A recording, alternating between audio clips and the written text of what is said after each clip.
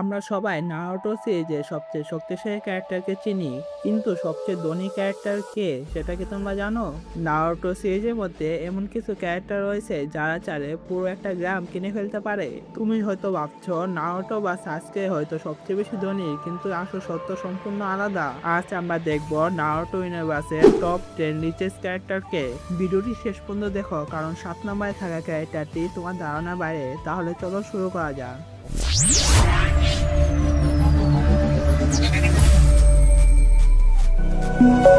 Number 10-এ রয়েছে Danzo. কোনোহা গ্রামে অন্ধকার জগৎকে নিয়ন্ত্রণ করে ডানজো। তার রুট সংগঠন, আন্ডারগ্রাউন্ড বাজেট এবং কালোবাজারে তার আয়ের মূল উৎস।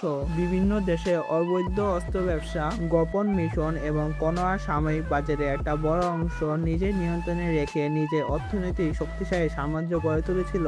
Number 9, সাসকে Uchiha. তো সাসকে হলো প্রাচীন ধনী উচিহা ক্ল্যানের একমাত্র জীবিত পুরুষ এবং বর্তমানে সাসকে উচিহা কোটারের সমস্ত জমি ও ঐতিহাসিক সম্পদের মালিক। এমনকি সাসকে শ্যাটো হোগাকে হিসেবে উচ্চ স্তরে মিশন সম্পন্ন করে, যার ফলে সে অনেক টাকা পারিশ্রমিক পায়। Number 8, হিনাটা yoga. উচিহা বংশ ধ্বংস হওয়ার পর ইয়োগা ক্ল্যানই কোনোহা গ্রামে সবচেয়ে ধনী এবং প্রভাবশালী বড়লোক ক্ল্যানে পরিণত হয়েছে।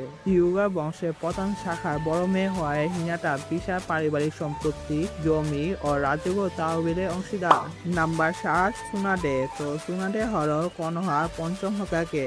প্রথম হোকাগে নাতনি হওয়ার কারণে সুনাডে কোনোহা গ্রামে বিশাল জমি ও সম্পত্তি উত্তরাধিকারী। সুনাডে জুয়া খেলে কোটি কোটি টাকা হারালেও বিশ্বে 1 নম্বর মেডিকেল নিনজা হিসেবে তার চিকিৎসা ফি আকাশ চুম্বু, যা তার সম্পত্তিকে সচল রাখে। Number 6, Naruto Uzumaki. নারুটো সম্পর্কে আমরা সবাই জানি, ছোটবেলা দরিদ্র নারুটো এখন কোনোহার সপ্তম হোকাগে। হোকাগে হিসেবে তার সরকারি বেতন শিনোবিদের মধ্যে সর্বোচ্চ।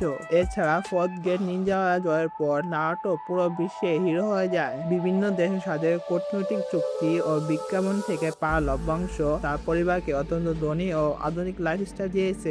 নাম্বার 5, জিরায়া। শিনোবি হিসেবে জিরায়া অনেক বেশি শক্তিশালী, তবে টাকার দিক থেকেও সে কম বড়লোক নয়। তার লেখা রোমান্টিক উপন্যাস সিরিজটি শিনোবি বিশ্বের সবচেয়ে বেশি বিক্রি হওয়া বই। কাকাশির মতো নিনজারাও তার বই পড়া ছাড়া থাকতে পারে না। এমনকি জিরায়া বেশিরভাগ এস র্যাঙ্কিং মিশন করে, যার কারণে জিরায়া ব্যাংক অ্যাকাউন্ট কানায় কানায় পূর্ণ থাকে। নাম্বার 4, উরুচিমারু। তো নাগরাজ উরুচিমারু বুদ্ধিমান সায়েন্টিস্ট। সে তার আবিষ্কারের মাধ্যমে প্রচুর টাকা ইনকাম করে।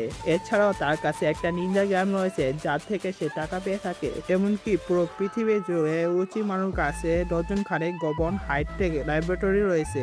আধুনিক পৌরাণিক প্রযুক্তি ও নিশুত জুৎসু গবেষণার মাধ্যমে সে বিশাল সম্পদের সাম্রাজ্য করে তুলেছে।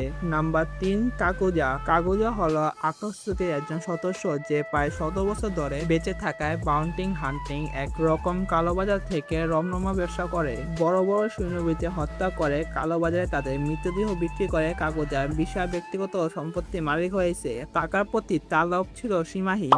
Number 2, feudal lords. 5টি বড় দেশে ফিউডাল লর্ডস হলো পুরো অঞ্চলের রাজনৈতিক ও অর্থনৈতিক সম্পত্তির মালিক। হোকাগে বা কাজেগাগেতে সমস্ত বড় মিশনের অর্থ এবং সরকারি অনুদান ফিউডাল লর্ডসের রাজকীয় তহবিল থেকে আসে। নাম্বার 1, পথ কাজে আগে রাসা।